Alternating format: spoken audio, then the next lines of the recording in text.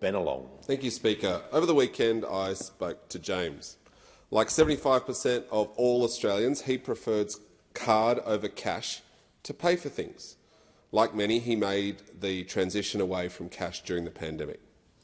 At our local pub, he bought a burger and a few beers. And in a few hours, he'd spent 85 cents on surcharges. James reckoned he spends over $200 a year on these fees. That's money he's earned, money he's saved, and money he forgoes just so he can pay for things. With 75% of all Australians using digital payments at the checkout, James is not alone. CanStar analysis from early 2024 shows that collectively, Australians are paying up to $4 billion to access their own money. Speaker, I think that Australians have had enough of this rort. Being charged to access your own money simply must change.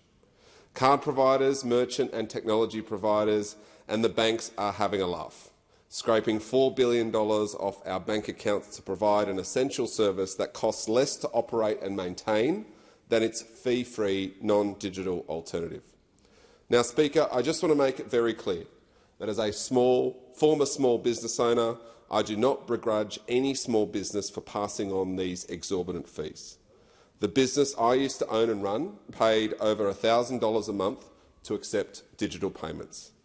With small business owners grappling with rent, electricity and other overheads, absorbing thousands of dollars in fees is just not feasible, and more are passing this charge on, and that's fair enough. But I think that Australians have now begun to ask themselves, why are we even being charged these fees at all?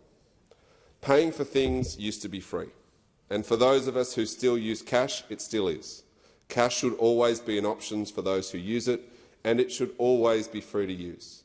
But, Speaker, we're in 2024, and we have this upside-down system where we are being slugged $4 billion a year to use the easiest, safest and most efficient way to pay. During the pandemic, we were all asked to stop using cash, and many of us, me included, make that habit stick. I don't carry cash on me now and nearly exclusively use my digital wallet. It's safe, and it costs banks and businesses a fraction of what cash would cost to administer. Yet, perversely, consumers are being charged to use the cheapest form of payment, and quite frankly, that does my head in. As I've delved deeper into this, Speaker, I've found that other countries have fee-free digital payments in the field. But here in Australia, it's not something that's offered through our merchant or software providers. And the most scandalous thing about this all is that fee-free payment technology exists in Australia today. The National Payments Platform, owned by banks and big retailers and the RBA, currently provides fee-free bank-to-bank fund transfers in an instant, be it through OSCO, PayID, scanning a QR code, or new rules to open up the Apple or Google wallets. Unlocking the potential of the National Payments Platform is the answer to this $4 billion nightmare. But you have to ask yourself, Speaker, why isn't it that small businesses are being offered this solution right now? You see, for every card issued by banks, the card providers pay them a commission. And then every time that card is used, the card providers and the banks get a cut of the fees we pay along the way. Mr. Speaker, I'd put it to Parliament that these kickbacks are a part of the reason why consumers are not getting fee-free digital payments through the National Payments Platform today. Under my questioning last week, the Reserve Bank Governor Michelle Bullock admitted that these kickbacks were a concern and will be looked at as part of a series of reviews into the surcharging and payment system, and that is a good start. Speaker, I remember when sending a text message used to cost 25 cents per message.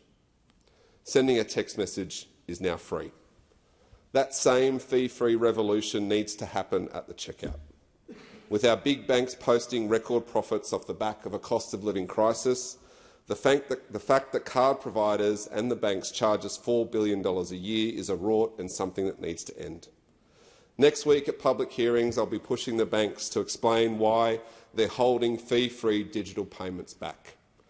I'll also be working with the RBA and government to get essential payments reform implemented.